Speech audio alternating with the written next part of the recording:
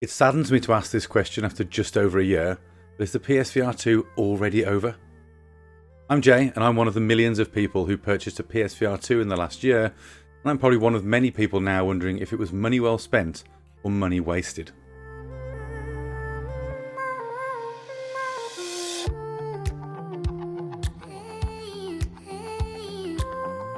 Following the news this week that Sony have paused production of the headset while they clear an excess of backstock, people are now asking the question, is the PSVR2 dead? This could be an overreaction, but let's have a look at some of the stats and commentary to see whether there is anything to these views. Let's start by looking at sales. The last reported sales of the headset had it at 2 million units sold worldwide.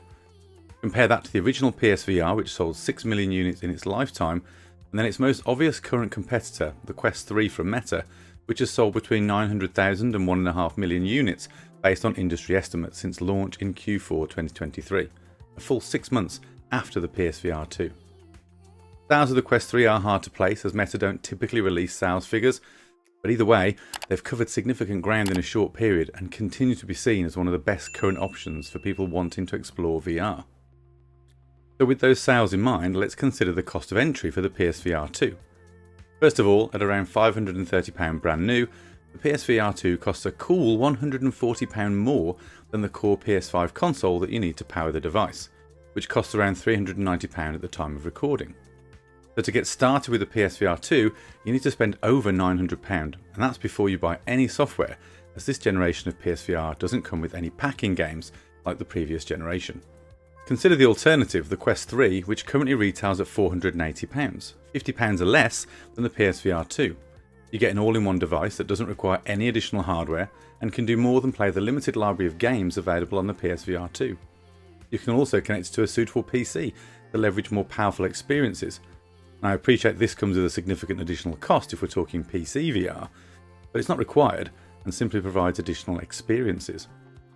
Cost isn't the only difference between these headsets. The PSVR2 is VR only, and what I mean by that is that it doesn't do augmented reality experiences like the Quest 3, which offers extensive AR experiences which extend the investment and provide more value for money. Couple that with it being entirely wireless, having productivity capabilities, and the inclusion of hand recognition, etc., the device has a lot more going for it given the size of the investment compared to the Sony offering. Now, I'm not going to get into comparing the specifics of the hardware. There are some great VR dedicated YouTube channels out there that will do this much better than me, but just say there are pros and cons to both headsets in terms of features that you could argue separate them. I don't think either one is head and shoulders above the other from a pure hardware perspective, but there is one device out there right now that is. That device, of course, is the Apple Vision Pro, which at 7 times the price is obviously operating in a different league and aiming at a different audience, but its launch earlier this year has already changed the VR market. People are now seeing what can be achieved with current technology and well-designed software solutions. It may well be making people think twice about purchasing other headsets while they wait to see what these other players do in response to Apple's headset. Hardware is only half the story though, and perhaps the biggest issue most PSVR2 owners and future buyers have to complain about is software. The games available for the PSVR2 offer a lot of variety, but there are only a few true exclusives, and most of those fall little short of what owners may have hoped for.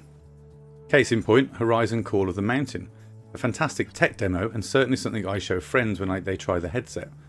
However, the reality of the game is that once you get an hour or two in, it becomes a climbing exercise, and the combat is too few and far between. It offers very little to get you excited once you get over the very impressive visuals. Then we have Gran Turismo 7, which is certainly impressive, and with a suitable wheel, it feels like the PSVR2 at its absolute best. But it targets a very specific audience, and I'm not personally a big driving fan despite investing in the hardware and the title. Resident Evil has a couple of great entries on the PSVR2, with Resident Evil 8 and Resident Evil 4 Remake being available to play in the full on the headset. It's a great time for horror fans, but it's hard on the VR belly if you're not seasoned, and unfortunately I'm one of those, and it makes me feel quite unwell after more than an hour of use. The issue with Gran Turismo and Resident Evil is that although they make for great VR experiences, they don't require the headset to enjoy them. All of those titles can be played on a flat screen and are still incredibly enjoyable, but it means they're not true VR exclusives.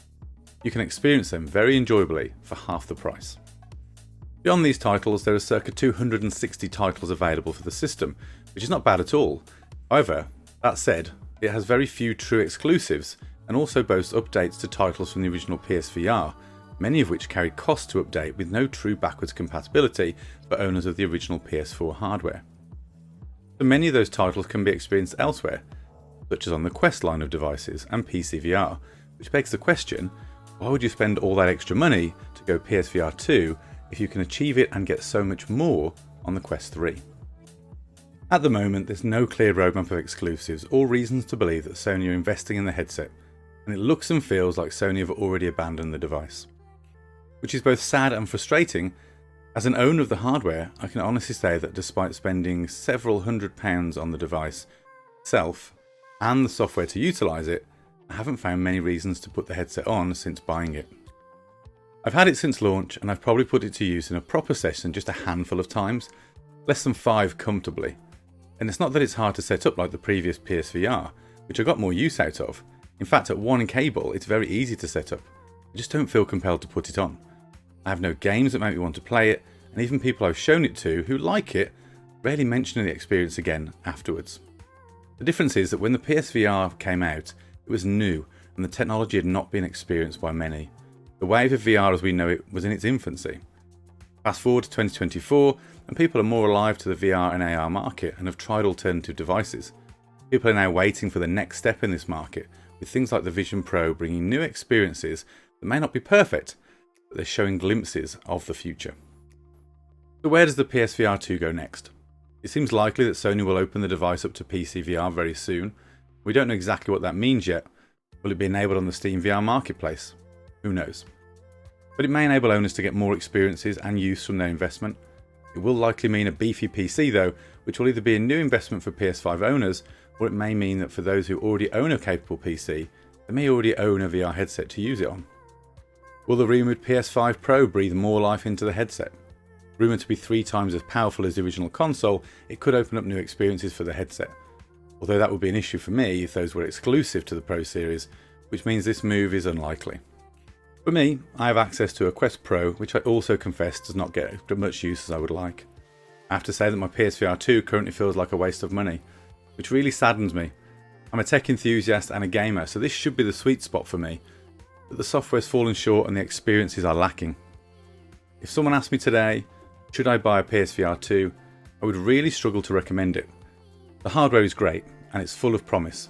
It looks good, eye tracking feels like magic, and the overall ease of use is appealing to less technical people. But the lack of meaningful software is disappointing, and I can't help but feel a little regret with this one. Knowing what I know now, back at launch, I think I'd have cancelled my pre-order. So, do you agree? Or have I missed something? Are you thinking of getting a PSVR 2, or have you ruled it out? I'd love to hear your thoughts in the comments. If you have any recommendations that I should be playing to encourage me to get more from this investment, then please do let me know. I'll leave it there for now and call it a day for this video. Thanks for watching, and I'll see you in the next one.